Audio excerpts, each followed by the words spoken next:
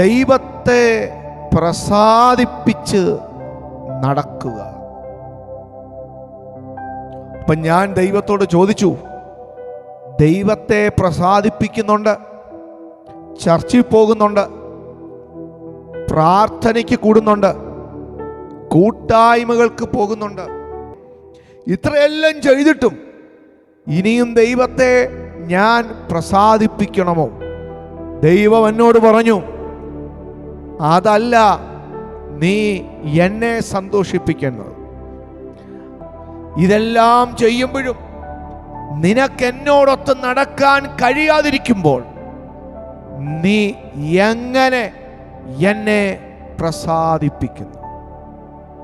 പ്രിയമുള്ളവരെ, അതെനിക്ക് കിട്ടിയ വലിയൊരു തിരിച്ചറിവാണ്. ഞാൻ ദൈവത്തിൻ്റെ സന്നിധിയിൽ ഇരുന്ന് പ്രാർത്ഥിക്കുമ്പോൾ ഞാൻ ദൈവത്തോട് പറഞ്ഞപ്പാ, എൻ്റെ ജീവിതത്തിൽ ഇനിയുള്ള കാലം അങ്ങേ പ്രസാദിപ്പിക്കണം. എന്തുവാ പ്രിയരെ ദൈവത്തെ പ്രസാദിപ്പിക്കുക എന്ന് പറഞ്ഞാൽ? ദൈവത്തെ പ്രസാദിപ്പിക്കുക എന്ന് വെച്ചാൽ ദൈവത്തിൻ്റെ ഹൃദയത്തെ സന്തോഷിപ്പിക്കുക. നാം ദൈവത്തിൻ്റെ ഹൃദയത്തെ സന്തോഷിപ്പിക്കുന്നതാണ് ദൈവത്തെ നാം പ്രസാദിപ്പിക്കുക എന്ന് പറയുന്നത്.